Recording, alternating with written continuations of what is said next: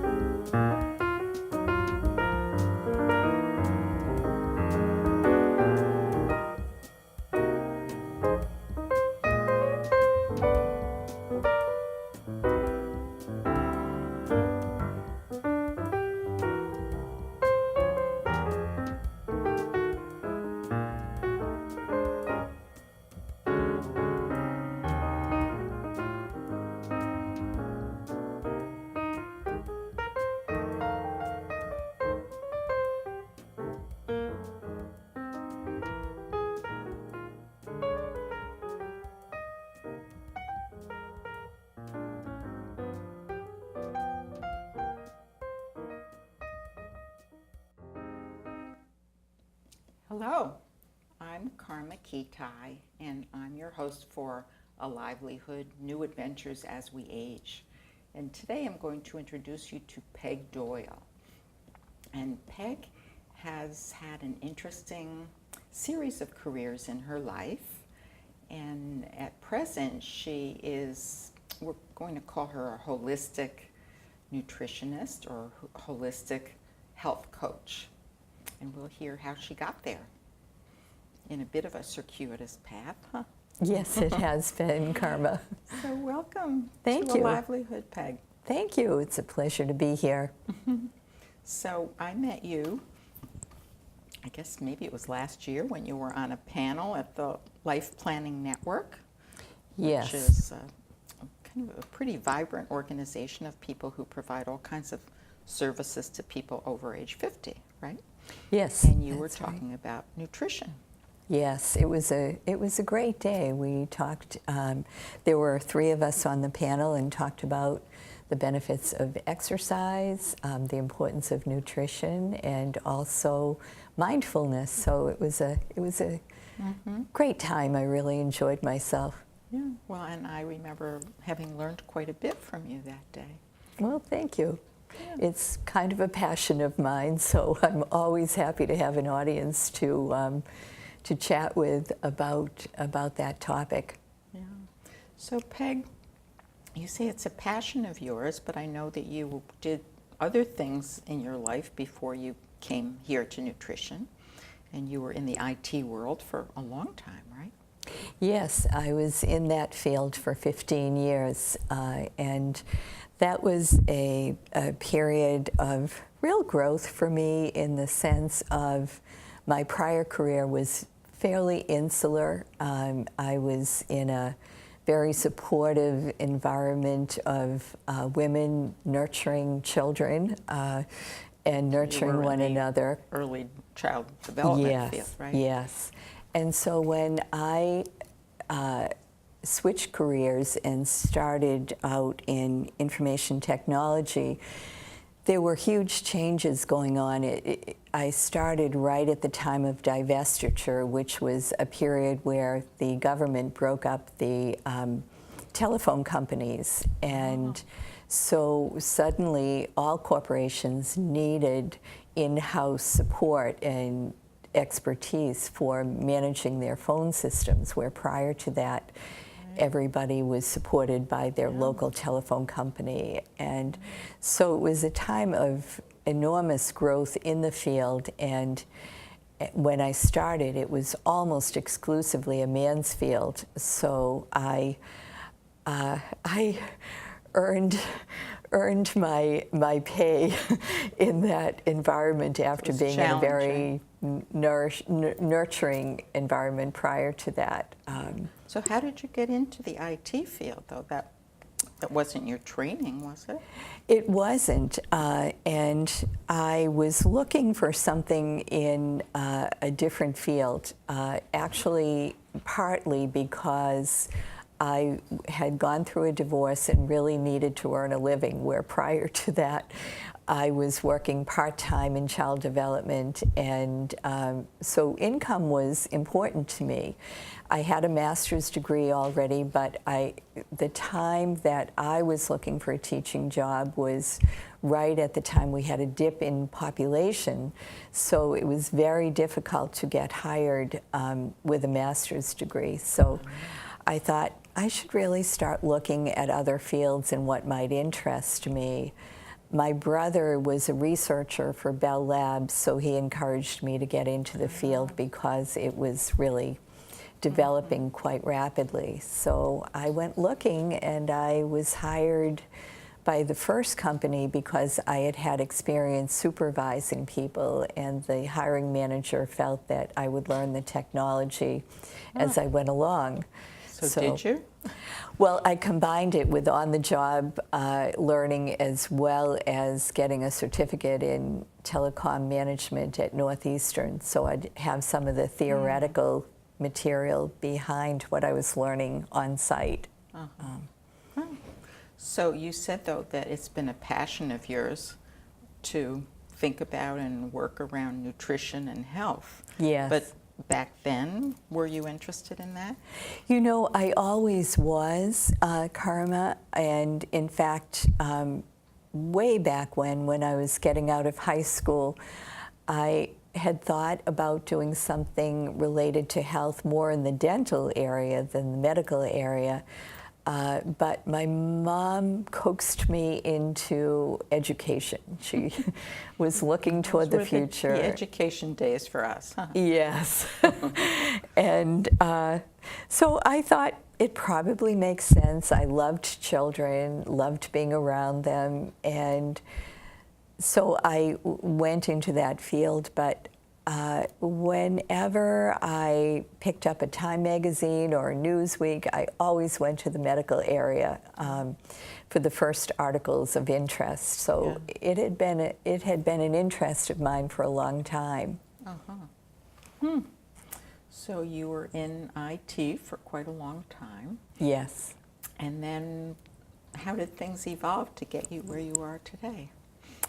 Well, a few things happened. I was feeling very stressed by my job, and felt like I had really reached a point in my life where I could be more selective of how I wanted to spend the next phase of my working life. And so I started looking into things related to wellness. I also was approaching 50 and started to see some issues in my own health where I thought, I really need to pay more attention. And so I first enrolled in the Boston Shiatsu School, which was a school in Cambridge.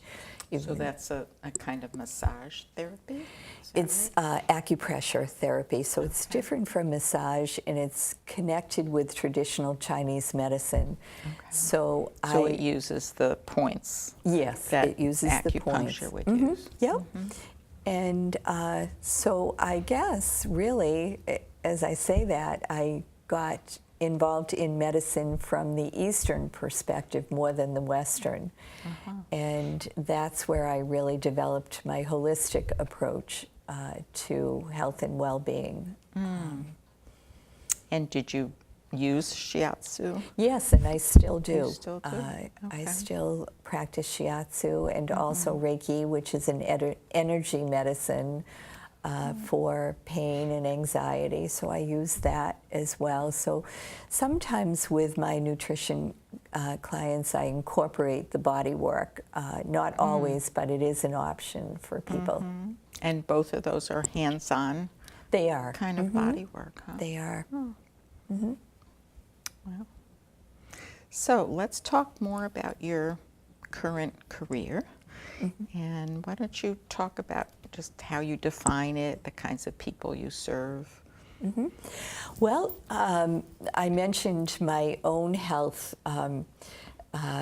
challenges as I was turning 50, and what what has really evolved for me, when I was in nutrition school, the director always encouraged us to get away from thinking we can save the whole world, because we want to do that, and instead think about who do you most connect with or relate to. And when I thought about that, try to define a niche, you mean, yes. huh? And when I thought about that, I realized that it's women at midlife who I really connect with, because most women at that point are beyond counting calories and doing rapid weight loss programs, and are really more focused on their health. Some have had health scares, and others have just realized that chronic dieting brings no pleasure and a lot of pain, and doesn't get the results they want anyway. So, so that's really the area that I have a lot of interest in. Women who really want to be healthy and are either unsure of what healthy eating is, or just don't know how to put it all together in terms of their busy lives and the other things that get in the way of their eating well. So how do you explain to people what healthy, normal eating is? Well, for anybody I see, I start out with a complimentary health consultation to really get a sense of whether they're ready to do this kind of work. And then through that, whether they're ready mentally to make some changes. And through that conversation, and it's very informal, but also very detailed, it's much like the conversation we're having today, in that we explore some of the lifestyle issues that a person is experiencing and what their goals are. So lifestyle issues like what? Working 60 hours a week, or never being home for dinner, being a big restaurant eater, elevated cholesterol, breast cancer, whatever things have come up in their lives that have... Or young children at home and working full-time. Right? It can be that too. But I suppose for the population that you serve, the children are not so young anymore. Not too young, but there are a few with younger ones. But it's really to get a picture of what their life is, not just for me, but for them, so that they can begin to figure out why it's been a struggle, and what possible things may come from having a health coach. And I structure it over a 6-month period because the research has shown it usually takes that long to make lasting changes. And the last thing I want is for somebody to just get a taste of it and then not have the support to really make it last for them. So we do a lot of different things depending on what each person's needs are. For some, it's weight loss, and so we focus a lot on whatever their issues are around weight, whether it's night eating or portions or wrong food choices. But it's never about deprivation or guilt. We do that enough to ourselves without anybody coming along and telling people that they can't have something. What I've experienced in my work is that when good quality foods are introduced, they crowd out the foods that have been causing the weight gain or causing the acid reflux or the migraine headaches or whatever the particular problems are that people have been having. So that's interesting to me, but can you say more about what you mean when you say they crowd out the problem foods? Sure. An example is a woman I worked with who had a craving for sweets, and she, in one of our first sessions, said, I just can't ever imagine walking by that big jar of Hershey's Kisses on my secretary's desk without helping myself. They just are too wonderful. And I said to her, just hang in and we'll see what happens. And so what happened was, in introducing some of the foods that provide a sense of sweetness, a sense of relaxation and calmness, the appeal for the Hershey's Kisses really diminished. And further on into our work together, I think it was probably the 5th month, she confessed to me that she was sure I was lying when I told her that. But she said, I really don't even want those things anymore. I walk right by without any sense of needing willpower, because I know now that I'm getting what I need from what I'm eating. So what do you think about the addictive quality of sweets like that? What's your take on that? Oh, I think they're definitely addictive. In a physiological way. Yes. Refined sugar is a very addictive food. And a story I heard in nutrition school was related by Neil Barnard, who's a cardiologist and chair of Physicians Committee for Responsible Medicine. And he told a story of how he took a little baby that was about 8 or 9 months old who had only been breastfed, and with his mother's permission, placed him in a room. And Dr. Barnard went into the room. The mother was not present, but she was watching on a monitor. He went into the room with a little bit of sugar on his pinky, put it in the baby's mouth, and the baby's face just lit up. And Dr. Barnard left the room, returned a moment later with the mother, and guess who the baby had eyes for? Oh, so I thought that was a very vivid example of scary, just how isn't it, addictive sugar is. even that first taste? Yes, even that first taste. But I don't feel that we need to never have sugar. It's a pleasurable You mean experience. refined sugar? It's a pleasurable experience. When it becomes damaging is when we have it all the time, and we often don't realize that we're having it all the time if we're eating packaged foods or restaurant food or prepared foods from the grocery store. Right. It's in all So of much those sugar foods. in, So it's not so much coming out of the sugar bowl. It's from those kinds of foods that we get acclimated to having sugar as part of our diet on a regular basis. Now, do you believe that certain people are more prone to get a sugar addiction? It seems so, Karma. Yes, I have noticed that some people are clearly addicted to it, where others can eat moderate amounts Take of it or leave it, maybe? and not have a craving. Right. Huh.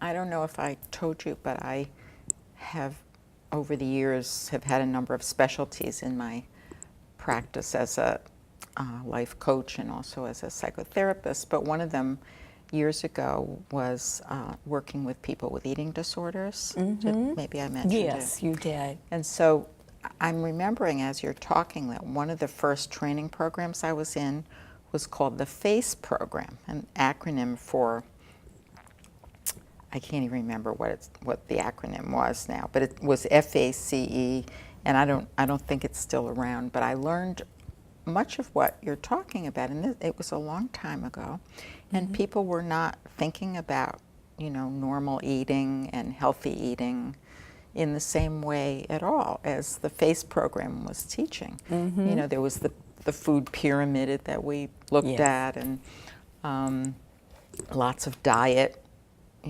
responses. And of course, when people are on diets, they tend to yo-yo. Their weight goes up and down, up and down. Yeah.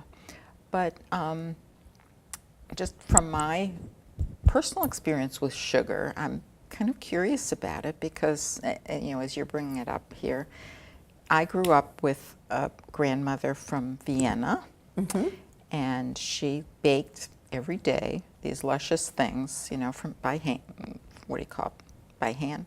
Yes. No, from scratch. That's what I Yes. mean. From scratch. And we all, you know, every day when I came home from school, there was something in the cookie jar. Sure. Those, my favorite were these vanilla Kupfeln or something. They were just almond, I think, crushed almonds. There was no flour in it. Crushed almonds and rolled in powdered sugar or something. They were really delicious.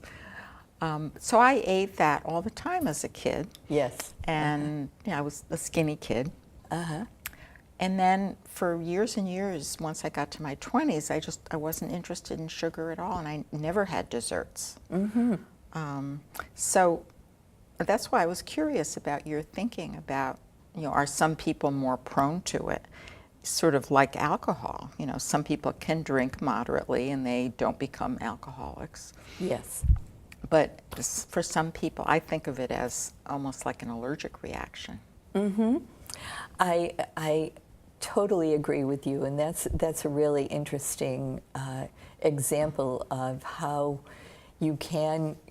Some people can grow up on sugar and take it or leave it as adults. You were eating it, it sounds like, simply because it was there and it tasted good, where someone else might never be able to leave that pleasure cookie jar, zone. And you mentioned alcoholics. You'll often see in a recovery program that there are lots of donuts and cookies and sweets around because alcohol is the ultimate sugar. So that it's a step away from alcohol, and I think in some ways it probably eases the recovery or helps to transition from the alcohol to something better. Right. Yeah. So I know you've mentioned nutrition school, but I think you went through an interesting training program that was quite holistic, right? Yes. When I decided to formalize my nutrition training, I realized I did not have an interest in becoming a dietitian, and mainly because, while I feel it has value from a research perspective, it didn't connect me with people on a holistic lifestyle basis. So I looked around and found a school in New York, the Institute for Integrative Nutrition, and that really appealed to me. And at the time I attended, it was an in-person program on weekends, and it's become so successful that they have transitioned into an online program so that people from all over the world can participate. And they brought in some of the top-of-the-line researchers on food and nutrition and disease from Yale, from Harvard, from University of Arizona, Andrew Weil, who you may be familiar with. And what really came out of it was this sense that everybody had their nutrition theories based on their research, but they were all a little bit different. So what I took away from that is there is no one perfect way to eat, and it just takes time and attention to figure out what the best way is for any one of us to eat that really gives us our energy, our vitality, our good numbers when we're having medical checkups, and a balanced weight. And it's different for each one of us, just as you said with the sugar experience.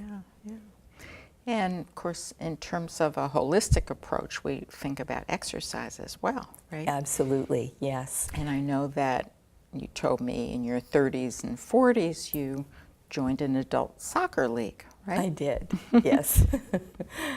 I did. And you were playing soccer for quite a while, Mm-hmm. right? And having grown up in the 60s before Title IX, I did not have an opportunity to play a group sport, a team sport. And so it was thrilling and frightening for me all at once to join a team. And some of the girls were quite a bit younger and had been playing sports all their lives, even co-ed sports. So it was an experience, really, to learn how to bump into somebody and not reflectively say, "Excuse me." So it was a real learning experience, and one I thoroughly enjoyed.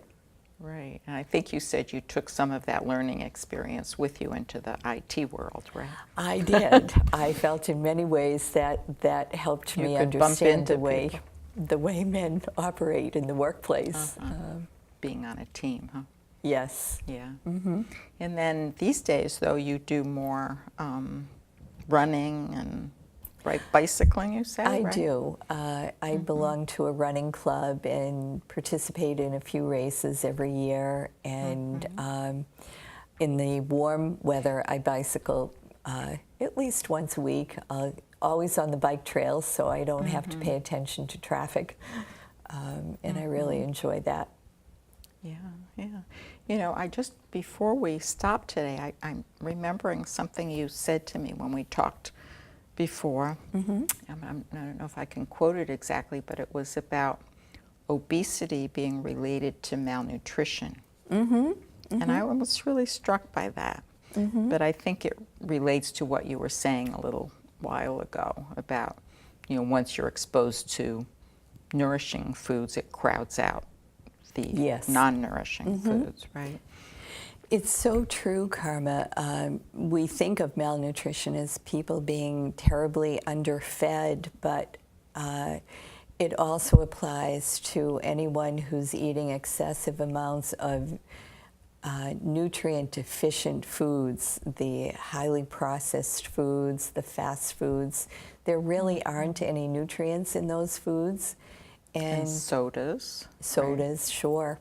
And our brain knows that and will keep calling for nutrients until we finally get them. Yeah, but we probably misperceive that call, or at least people who eat that way. Yes. Misperceive the call and think, oh, I need more chocolate.